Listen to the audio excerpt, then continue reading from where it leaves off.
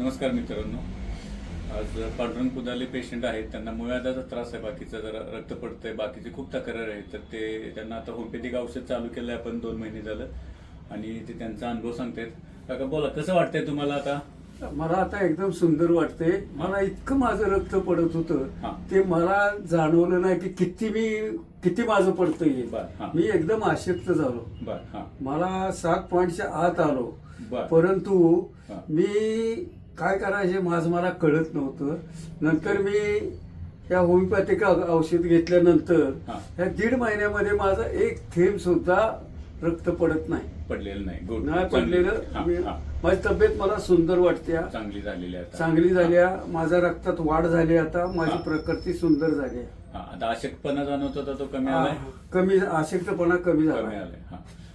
आणि भूक वाढते, भूक वाढायला लागली. आता भूक वाढायला लागली. बरं. बाकी संडास व्यवस्थित होतंय? संडास व्यवस्थित होतंय. आता काही तक्रार नाही. गुड. चालतंय. तर छान.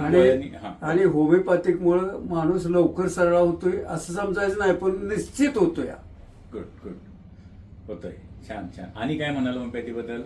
गोळ्या छोट्या आहेत आणि गोळ्या खायचा कंटाळा पण येत नाही. गुड. सगळ्यात महत्वाची गोळ्या पाहिजेत असं वाटतंय, अशा गोळ्या आहेत. यस. छान. तर बघताय तुम्ही की ते छान गोळ्या आहेत, त्यांना लागतात. म्हणजे गोळ्या मोठ्या गोळ्या खावा, हे काही त्रास नाही. खूप गोड गोळ्या छोट्या, आणि आजार अगदी मोठे आजार सुद्धा जशी भूक लागते तशी गोळ्या खाव्या वाटतात. गुड. चालेल. तर आपण औषधं कंटिन्यू ठेवूया आणि हे बरं होतंय. ओके. मला मी बरा झाला.